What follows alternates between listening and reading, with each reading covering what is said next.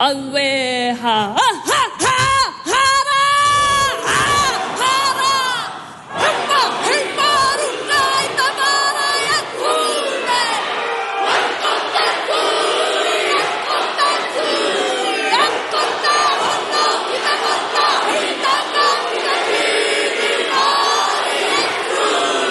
दोस्तों ये जो न्यूजीलैंड की पार्लियामेंट की जो वीडियो है बहुत ज़्यादा आजकल वायरल है पूरी दुनिया में। इस पे बात करेंगे ये किस लैंग्वेज में ये स्पीच हो रही है और ये जो यंग एक पॉलिटिशियन है एमपी है न्यूजीलैंड पार्लियामेंट की, ये कौन है।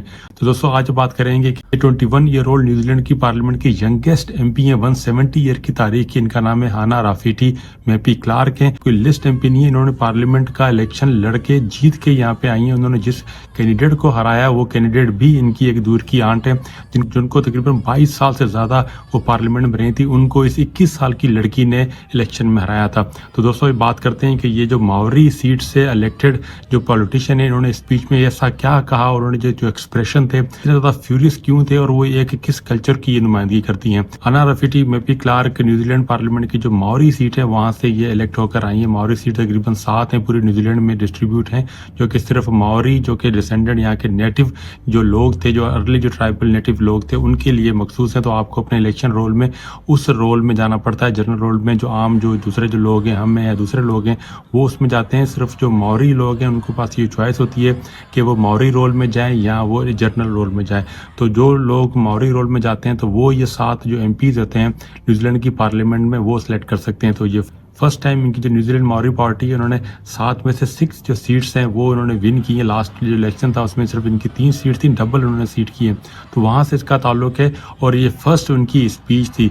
इनको ये एक और एजाज भी जाता है कि न्यूजीलैंड की 170 ईयर की जो पार्लियामानी तारीख है उसकी ये यंगेस्ट एमपी है। सिर्फ इनकी 21 साल उम्र है। तो सिर्फ 21 साल की उम्र में उन्होंने मावरी पार्टी से इलेक्शन लड़ा और उन्होंने एक अपनी ही आंट को जो कि तकरीबन 22 साल से पार्लियामेंट में थी उनको हराया है। तो अगर इनकी हिस्ट्री देखें तो इनकी जो हिस्ट्री है वो बहुत पुरानी है सियासत में। न्यूजीलैंड की पार्लियामानी सियासत में इनकी बहुत पुरानी है। इनके great great great grand father जो थे वो न्यूजीलैंड के पहले मावरी मिनिस्टर थे। तो इनकी एक लेगेसी है। इनका एक जो खिता है वाइकाटो के पास इनका जो खिता है वहाँ पे इनकी एक लेगेसी है। बहुत बड़ी इनकी जो हिस्ट्री है जिसकी वजह से ये एक खानदानी एक सियासतदान आप कह सकते हैं। मगर जो इलेक्शन था वो बहुत ही फ्यूरियस किस्म का एक इलेक्शन था जो इन्होंने जीत के आए हैं। तो अभी जो रिसेंट जो ये स्पीच है ये इनकी पार्लियामेंट में फर्स्ट स्पीच थी।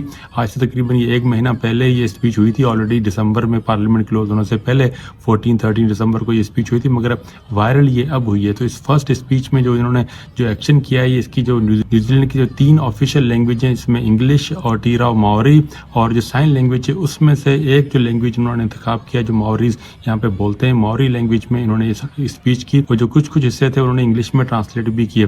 तो ओवरऑल ये इनका जो इनिशियल जो एक वार डांस कहलाता है, हाका जो वार क्राई या वार डांस भी होता है, वो उन्होंने परफॉर्म किया था। इनके साथ जितने भी आप जो दूसरी आवाज़ें सुन रहे हैं, ऊपर ये पार्लियामेंट की जो विजिटर जो गैलरी है ऊपर यहाँ पे होती है, वहाँ पे उनके जो फानो जो एक्सटेंडेड फैमिली और फ्रेंड्स थे वो आए हुए थे। उनके साथ मिल के उन्होंने ये एक हाका परफॉर्म किया। हाका परफॉर्म करने का ये होता है कि आप जो अपने ओपोनेंट को एक वार क्राई में या उनको चैलेंज देते हैं एक जंग शुरू होने से पहले, और वो चैलेंज एक्सेप्ट करें ना करें वो एक दूसरी बात है। तो हर जो ट्राइब है उसका एक डिफरेंट किस्म का होता है। न्यूजीलैंड की जो रग्बी टीम है उसका हाका बहुत ही वर्ल्ड फेमस है। हर अपने मैच से पहले वो एक हाका करते हैं, हाका परफॉर्म करते हैं दूसरी टीम को इंटिमिडेट करने के लिए, उनके सामने चैलेंज रखने के लिए। तो ये वही एक हाका था। इसके वर्ड से थोड़े से डिफरेंट थे। ये वही एक हाका था जो उन्होंने परफॉर्म किया और अपने जो फानो थे जो फैमिली और फ्रेंड्स थे उनके साथ उन्होंने परफॉर्म किया।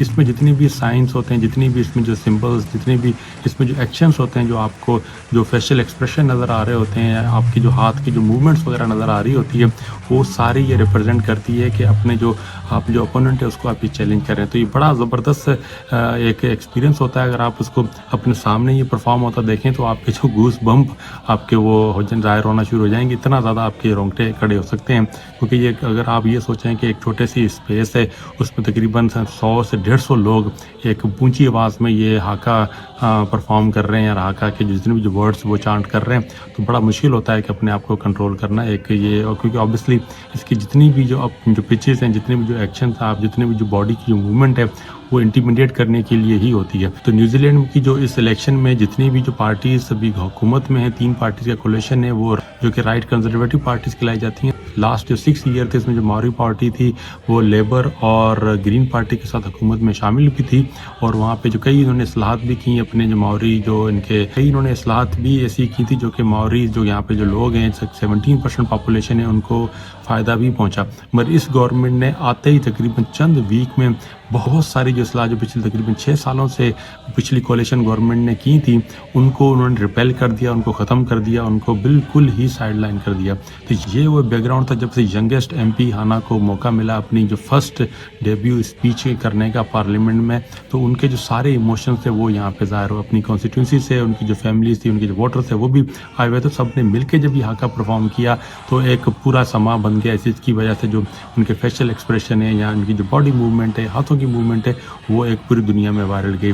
تو دوستو ایک یونیک کلچر ہے نیوزی لینڈ کا. یہاں کے جو ماوری کے جو ٹرائبل جو لوگ ہیں اور ان کو کس طرح انہوں نے اپنی پارلیمنٹ میں ان کی ریپرزنٹیشن ہے, ان کے جو دوسرے جو لاز ہیں ان میں ریپرزنٹیشن ہے, ہیلتھ بورڈ ان کا اپنا ہوتا تھا اور باقی کافی چیزوں میں ایک ان کو کافی زیادہ اختیارات بھی دیے گئے تھے ایز اے کمیونٹی.